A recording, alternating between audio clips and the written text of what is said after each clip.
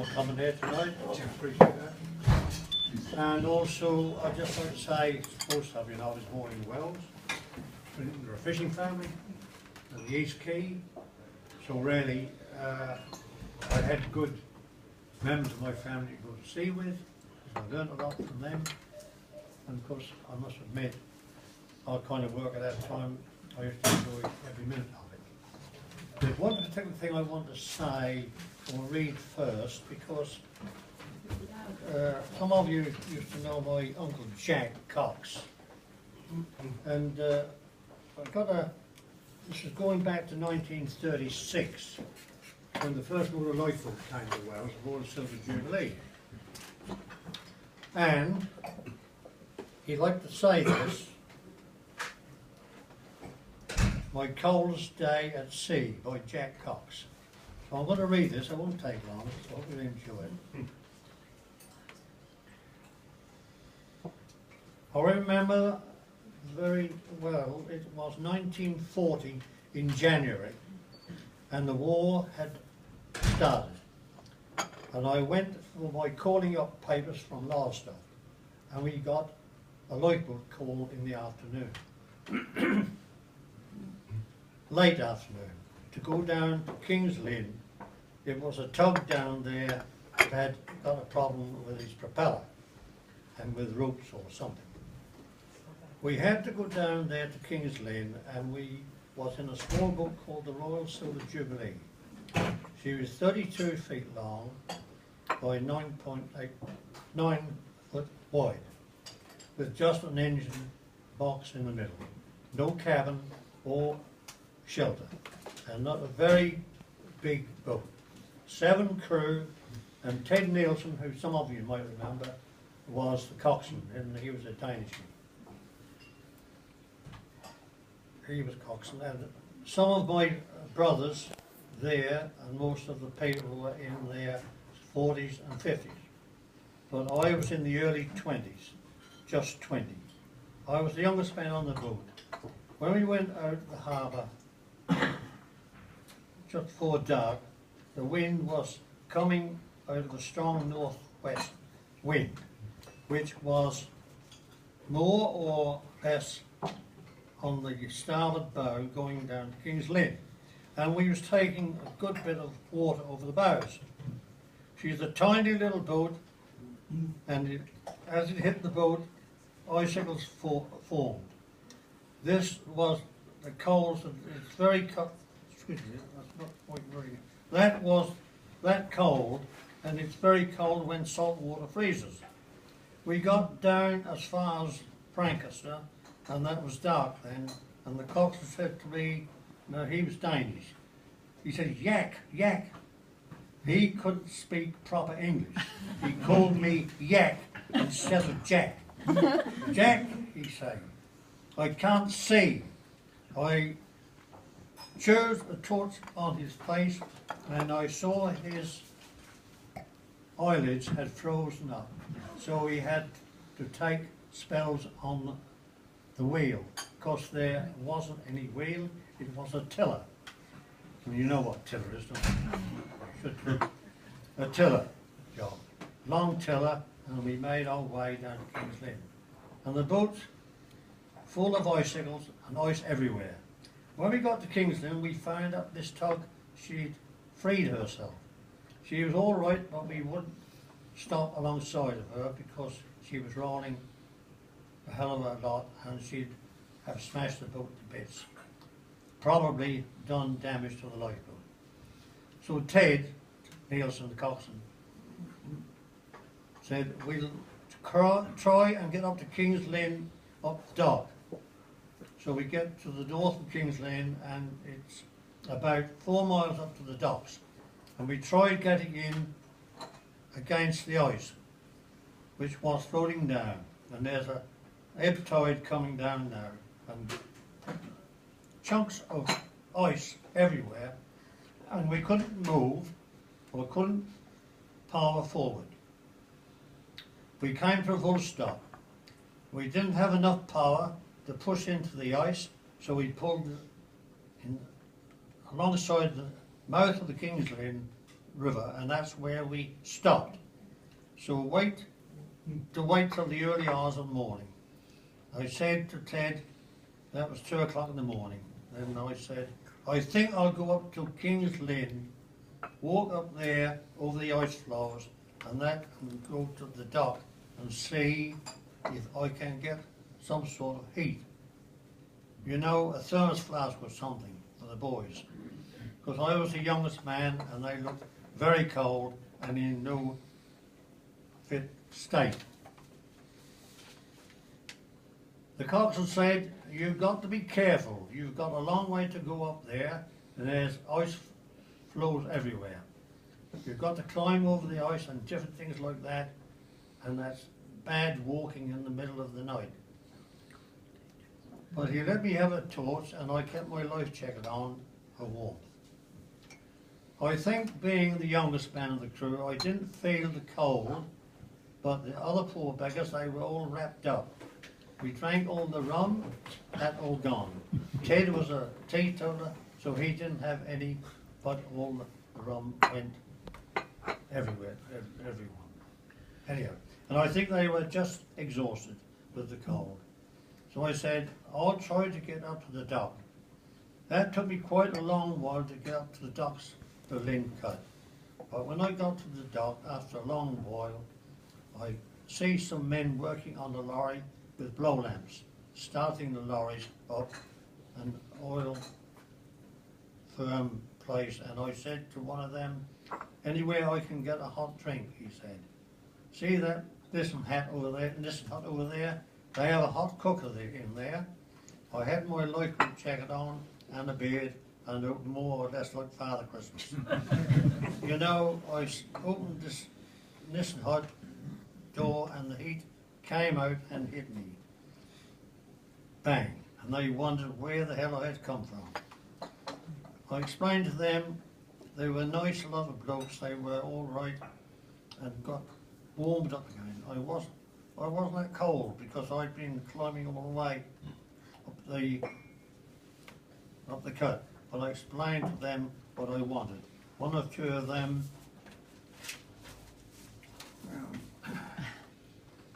have a flask, and one old boy, he said, my father-in-law's a farmer. He said, and there's a pork sandwich there, take them back. So that was very good of them. They were nice people. So I made my way back to the boat, and I had the hot cocoa, and that cheered them up a bit. Then that got daylight about 7:30 or later than that. And I looked at the lifeboat on that side because we were waiting for the tide to flow. We'd rammed her ashore and she was dry. I said to Ted, we haven't got much wood left on the front of the boat. She chewed against the ice. She'd cleared the skin away, one of the double skins. She chewed one of the skins away round the bow, you know, 2 sections. But we got back to Wells eventually with a free wind, but that was a very, very cold, and I think that is the coldest day I think I have ever had at sea. And several people got frostbitten feet and that needed some treatment when we got back. I shall remember it for the most of my life. Anyhow, that was something when the salt water freeze had hit the boats, it's very cold. I don't want to get another one like that. That's that.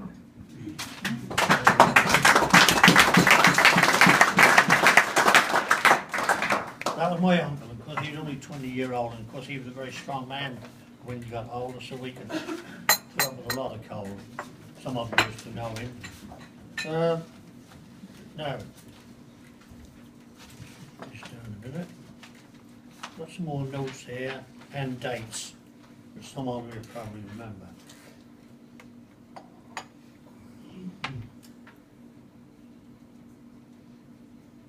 One of the first call we had was the longest trip we had, and I'll tell you what happened. I don't know if you can remember some people at Christmas time, the oil rig collapsed. I don't know if any of you remember. Sea Gem.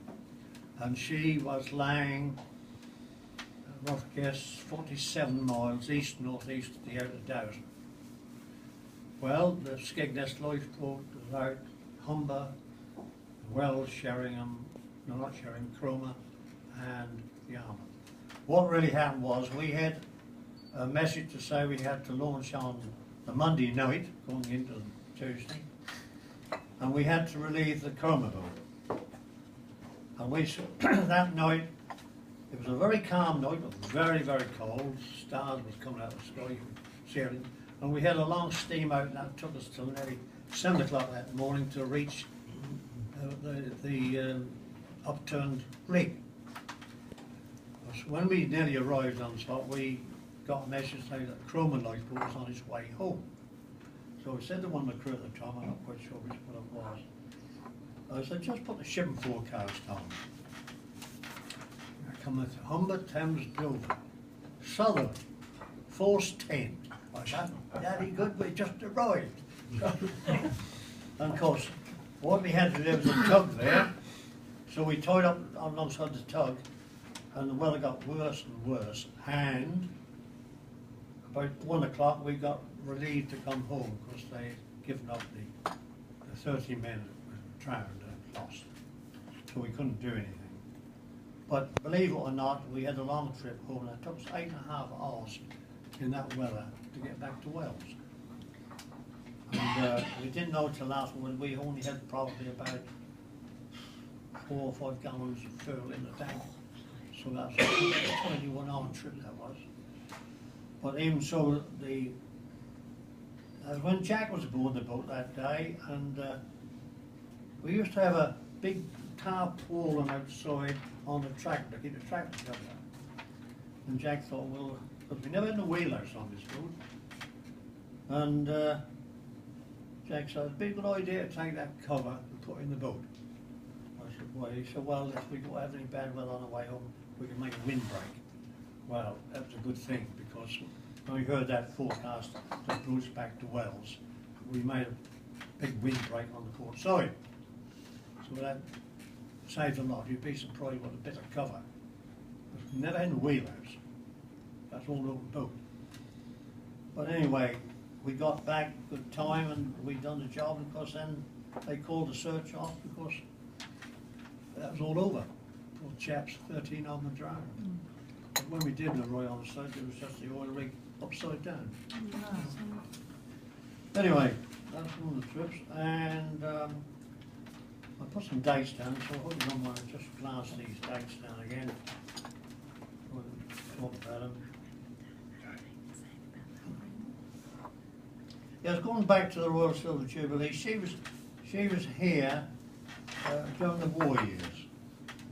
So 1945, just the end of the war, the twin screw lifeboat, Sister Payne came here. And she done quite a lot of work. Well, at that time, Ted Nielsen packed up, so Billy took over Coxswain, my uncle.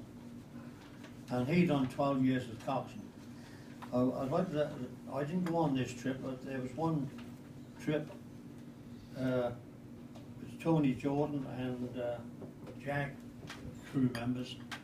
There was a German, well, I don't know if she was German or Turkish, but there was an old freighter on the way to Immingham, loaded with timber, come from the North German port. We got the message to say that this boat has a heavy list and put out a mayday call, 18 miles north of Wales. So Billy launched, and that was the northwest point. The gale, but it was the northwest around about 6 to 7. And when they got there, all this, the ship was listed, and all this timber was coming away from the ship, huge blocks of timber. And Billy noticed there was 5 crew members on the stern of the ship, huddled up there. So he manoeuvred the lifeboat all amongst his timber in this very rough conditions. How he done it, I don't know, but he did. And got alongside the ship, told there's 5 young lads, told them to jump in the lifeboat. Luckily, he brought them home. He got awarded the vellum for that, should have got more, but there we are. But apparently after that, we got back to Wales, and I put up in Wales for the night. One of the lads stayed at my mother's, and took him upstairs and put him in a hot bath, and I went up to see how he was getting on. Well, you can hardly see me. The bath was covered in oil. You know. But anyway, what really happened was the mate and the skipper of the ship had stayed aboard because they was waiting for a tug to tow the ship. Well, that didn't materialise. So they got Sharon lifeboat out, and eventually they got to the wreck of the ship, took the captain off and the mate, and then brought them back, and the Navy had to step in then because she had rolled over and sank, and she was dangerous in navigation, so they had to blow her up. That was the end of that service. So that was in after 1945, Cecil Bay, which there again was a nice boat, twin screw, there again, no wheelhouse, all open boat, but very good sea boat. And excuse me being a bit slow on this. Yes. Now this, I took over from Billy. He done 12 years as coxswain, and I was going to sea at the time, fishing. When we got home to sea that day, he used to do the boiling of the whelks in the collars. And then he come up to me, he said, David, he said, oh, you're putting for coxswain. I said, what? I don't feel so I'm capable of giving me hold of it. No, he said, you didn't go to see me long enough. He said, Jack can't take it on because he's, oh, sorry, I'm very good. I said, I thought about it. I said, well, that's like it here. I'll take on the coxswain job, providing I'm voted in. So the secretary's there, and the inspector lifeboats are there. Had a big all round. Said what's going to happen. Billy was retiring, and Mr. Cooper, second coxswain, was retiring. Wanted to coxswain. Well, at that time, Frank Taylor, who used to be the harbour master, he put in for coxswain, and my name's put forward as well.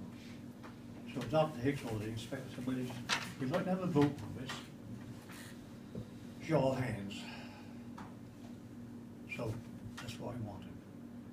Well, I got in by one vote, and Frank said to me, I'm quite happy with the decision.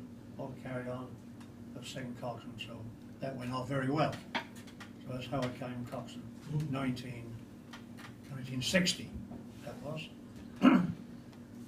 And of course, I was just trying to think on that first trip.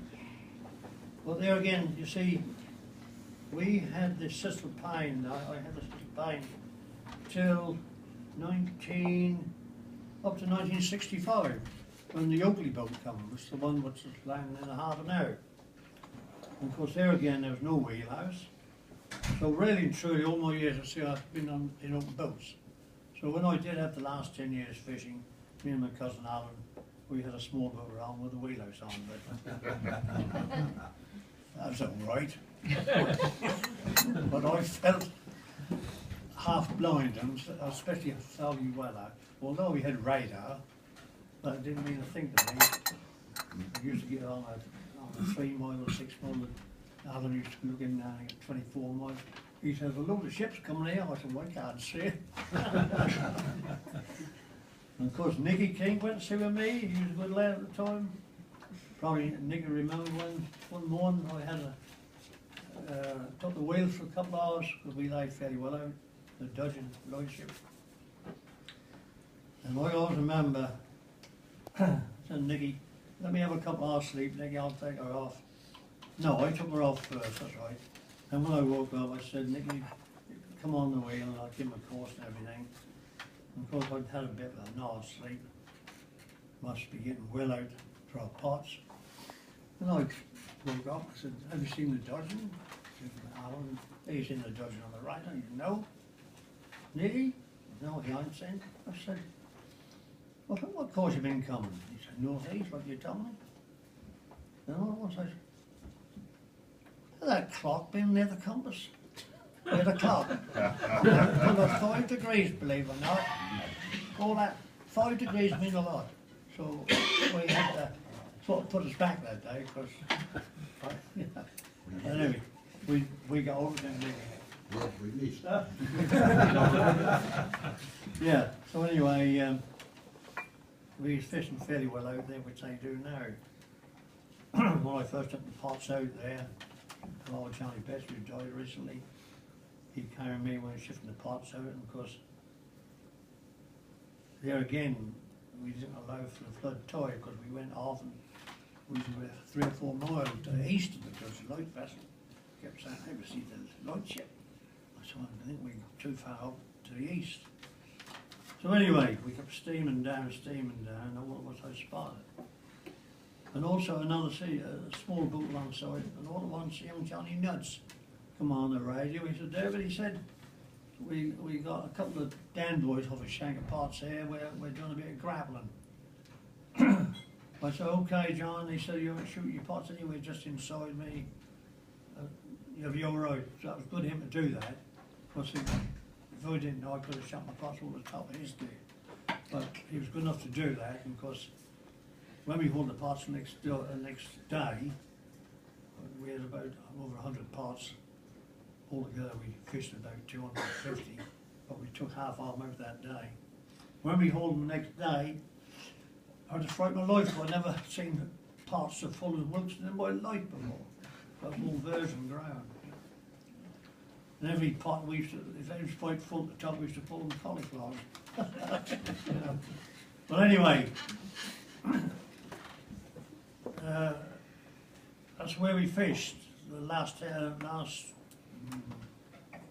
2 years before we packed up, and we done quite well there. And of course, my friend, my cousin, apparently he wanted to pack up. I said, well, if you're going to pack up, we pack up all together. So we sold everything up and that, and sadly he got ill and passed away.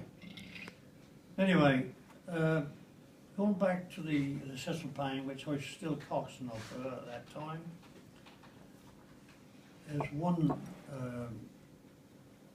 service we went on. We got a call. Before I start talking about this, I'll just give you an inkling. A few years ago, in the 50s, they used, when they had Battersea Power Station up the Thames, it was run by the South Eastern Gas Board, right? And there used to be a lot of colliers come from up north up to London. They always used to pass 18 miles off Wells.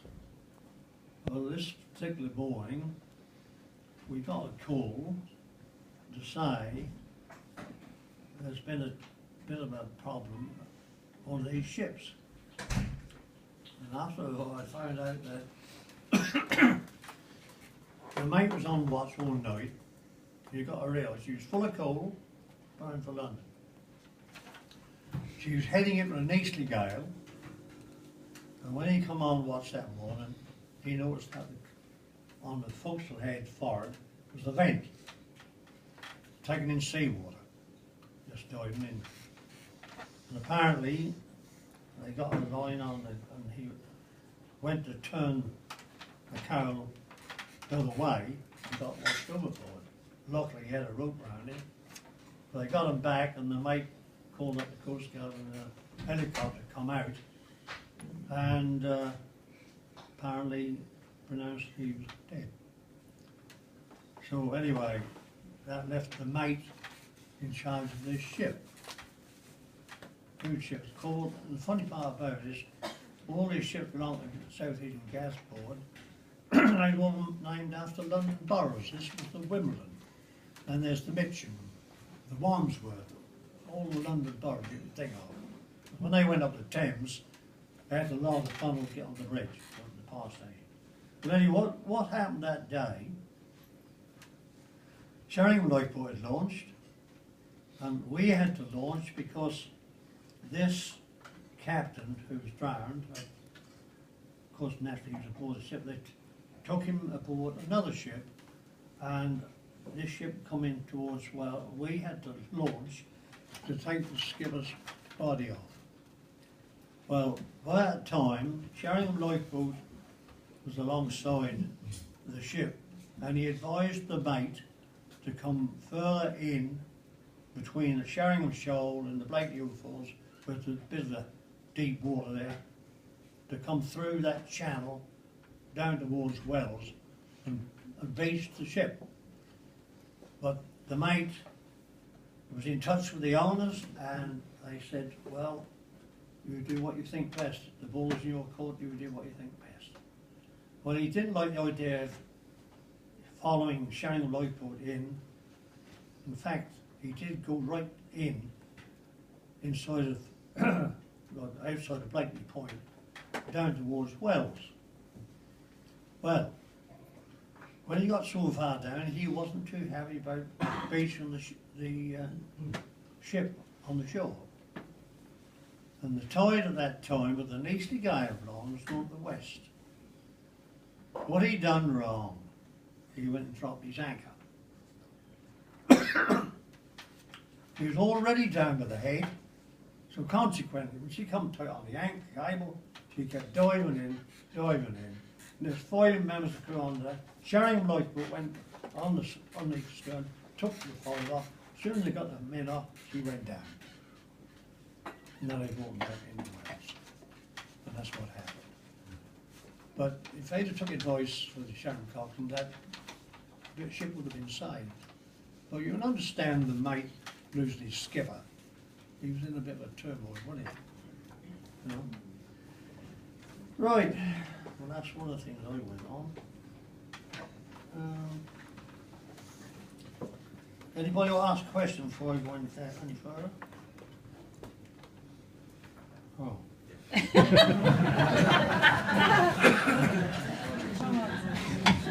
All right.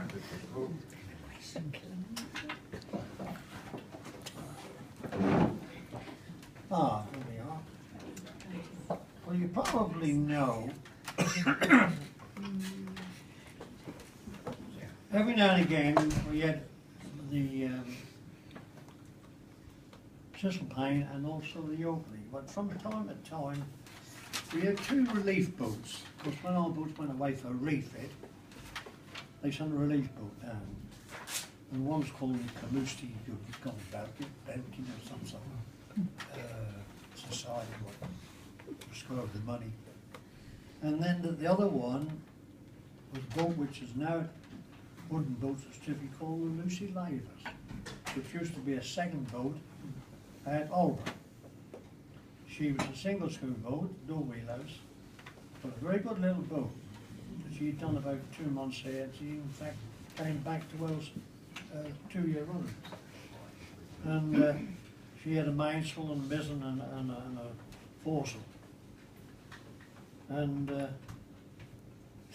remember one day when Dr. Hicks was secretary, we got a call out one Sunday afternoon, it had been blowing southwest sky, the tide was up, got a call of something off Branksome, I remember. Of course, we had the Lucy Lavers, got outside the harbour, and I said, get all the sails up. And all the sails up. Willie Hicks. He said, come up the window, sorry, come up. I said, what's the matter with you, dog? She ain't got to roll over. Of course, he's so used to sailing dinghies, you see. Well, we got a record, but everything was okay. But that boat, after the second time we had her here, I wasn't too happy with all the running gear, because I told Dr. Hicks at the time, I said, I'm not happy with all the gear. He said, why? I said, with all the box and all the running gear, everything, the sails and everything want renewing. So at that time they had a lifeboat depot at Boreham Wood. So within 2 days they all come, all the sails, all the running blocks, everything. So I stripped it all down myself, started from stem to stern, put all new blocks, new running gear on, new sails, and eventually that was all done a good job.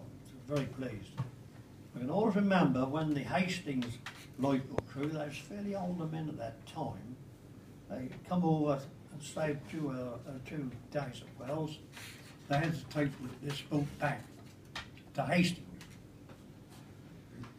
Well, they were so pleased because they went down the boathouse and just checked I was so pleased that all the Gaves knew.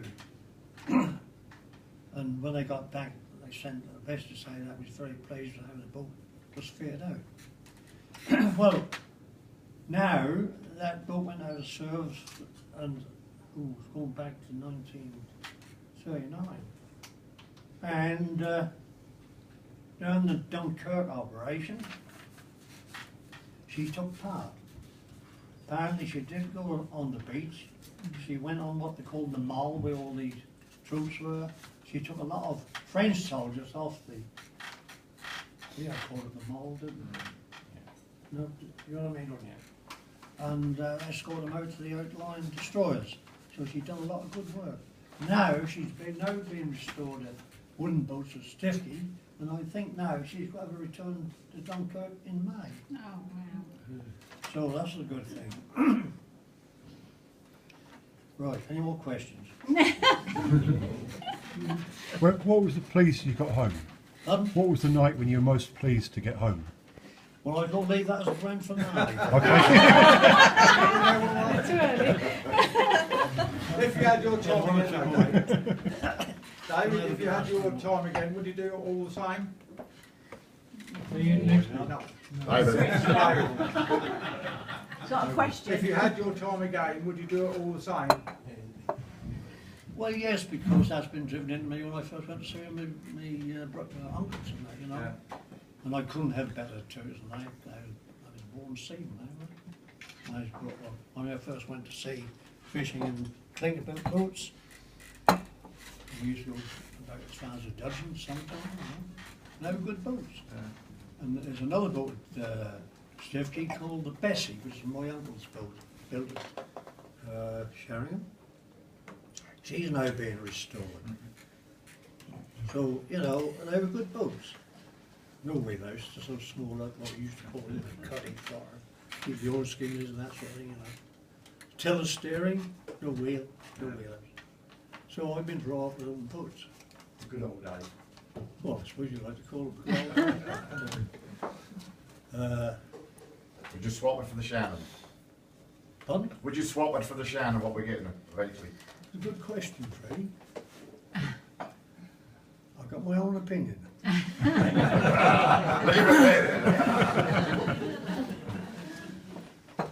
This boat has got to be proved, you know. Speed was all right if you know how to handle it. Because I had this argument at London, when I went to London, some inspectors, and I said I can prove it. And also there was a time when Brillington, Coxswain, he was up there, he had a bad launch at Brillington when he got the Oakley there. And because I'd been with a boat with a lot slower speed, I mean the Oakley could only do about 8 knots, couldn't she? But when they got the Oakley, that was a lot faster than the boat they had before. So I had a bad call out last night, and 3 of the crew landed up in hospital the next day. So what I'm actually saying is I tried to compare the 7SD with the Oakley, compared, what have you got now, mind you? We try to compare also the Shannon. For God's sake, the speed is essential when you can use it. Don't think because you've got speed you can go any bloody weather, but I'm sure you can't. You know what I mean? Well, you know what I mean. Where's Nicky gone? You know what I mean, don't you? So I mean, I've proved it, and I know they're dwelling on speed, but let's face it, a lot of these launches now are fairly inshore, aren't they? I hope you never do get a really bad trip. But so I can honestly say that jobs I went on were mostly ships, smaller ships, you know. And I have to look at my calendar, I keep calling these different tiles.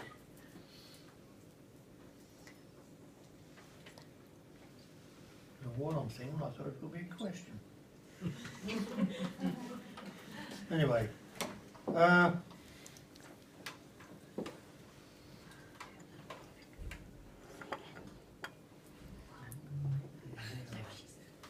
yes, there's the document. Now there's another thing. I'm going back that was one of my, I was still fishing, I always remember it. Went on the quay that morning about 7 o'clock. I didn't like to look at the weather at all. And young Johnny noticed them coming down from the brickyard, you know, to go to sea. And I watched the barometer, that was falling fairly quick. And I didn't like to look at the weather, and I was just surprised that John was gone. Well, later that morning, around about 11 o'clock, I think it was, got a message from on sick to say that Johnny is on the way home because the weather's got so bad he can't pull his pots, apparently. But there's also, there's a tug, which people aboard was taking his tug up north somewhere, and didn't have the clue where they were. So he's advised them to come into Wells with him. And we had to launch to go down. I went out of the harbour and see young Johnny Nuts in the harbour because that was starting to get very rough. Then this other boat was, they told us Northwestern Harbour just to lay there till the lifeboat come out. And we went alongside, and both of them had been badly seasick. I didn't know where they were. And I thought, well, the Coast Guards wanted us to take them to King's Lake. I said, no way.